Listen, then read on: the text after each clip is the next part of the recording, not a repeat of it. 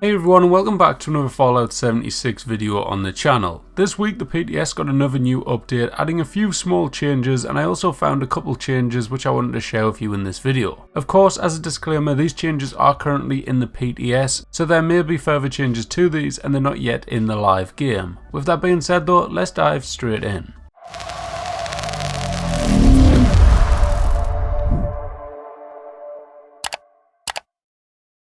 First of all, this week I found out that there was two new settings getting added into Fallout 76. Now I'm not entirely sure why these were actually being added. It may be for quality of life reasons or to just enhance overall performance in the game, but if you know why and maybe know better than me, please let me know down in the comments. The two new settings are number 1, show muzzle flash effects, which you can turn on and off, and number 2, show non-explosive weapon effects, which you can also turn on or off.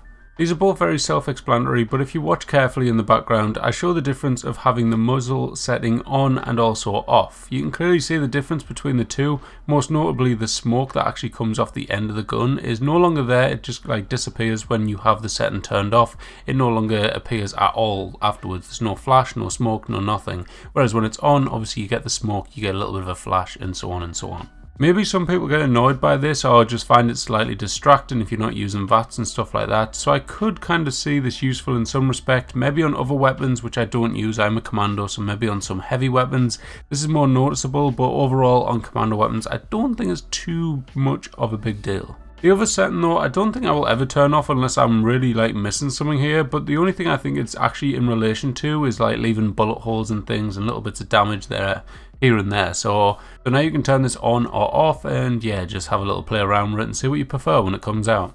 On top of this, as mentioned, there's also been a small update on Monday which added some new changes which were announced in the Bethesda Discord. These were, the format of some mod properties like recoil has been changed based on feedback, the cryo mods on the bow and crossbow now adds cryo damage, added missing mod properties to gyro compensating mod on the ultrasight pistol, the endanger mod for the syringe now works correctly, weapons now display their damage per projectile damage times the number of projectiles, so I'm guessing this is in relation to kind of damage per second type of thing. Another changes also show differences for values being removed from armor while modding, and finally the Blue Moon unique weapons now allow for modding and re-rolling legendaries. They cannot have their paint changed however, but this is definitely an exciting change. The biggest change of all these is definitely that last one that we just read out, which now allows us to re-roll the legendary effects on new unique weapons.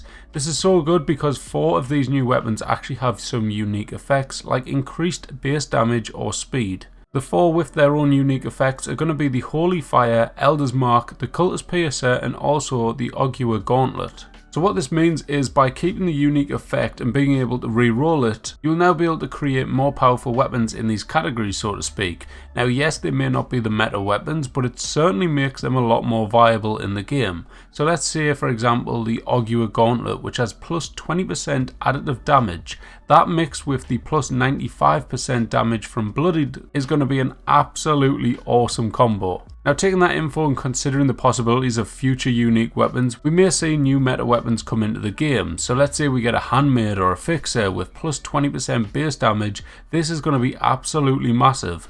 Now this may never happen, but we may get a weapon like say a laser rifle, which then pushes it further up to kind of compete with these weapons like the likes of the fixer and the handmade. Yes, I am using commando weapons just as my examples, but this is because I actually play as a commando in the game, so I kind of relate to these more. There may be other ones like heavy weapons that might get pushed up and actually compete with like LMGs or something like that. I don't know the full metas of these weapons, but you know what I mean. In regards to these weapons though, if you are say a flamer user, this new Holy Fire flamer is now I think going to be the most powerful flamer in the game. Of course that is if and when you decide to re-roll for the best legendary prefixes, because it gets an additional kind of damage bonus with the fire doing more damage on this one than it typically would on a standard legendary flamer. Now, just a little reminder, as you may not have kind of listened properly when I read it all out, as although you can like re-roll these weapons, you can't actually change the skin on them, so the paint job on these weapons will always be the same. You can, however, mod these weapons, so you can change the barrels and whatever else, depending on what weapon you're modding.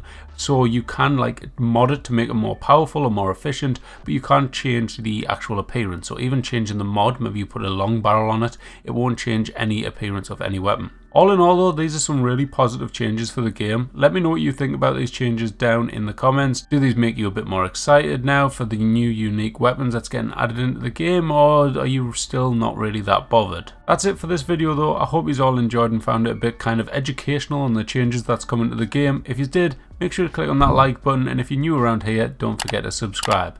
Thanks for watching, catch you in a bit, bye bye.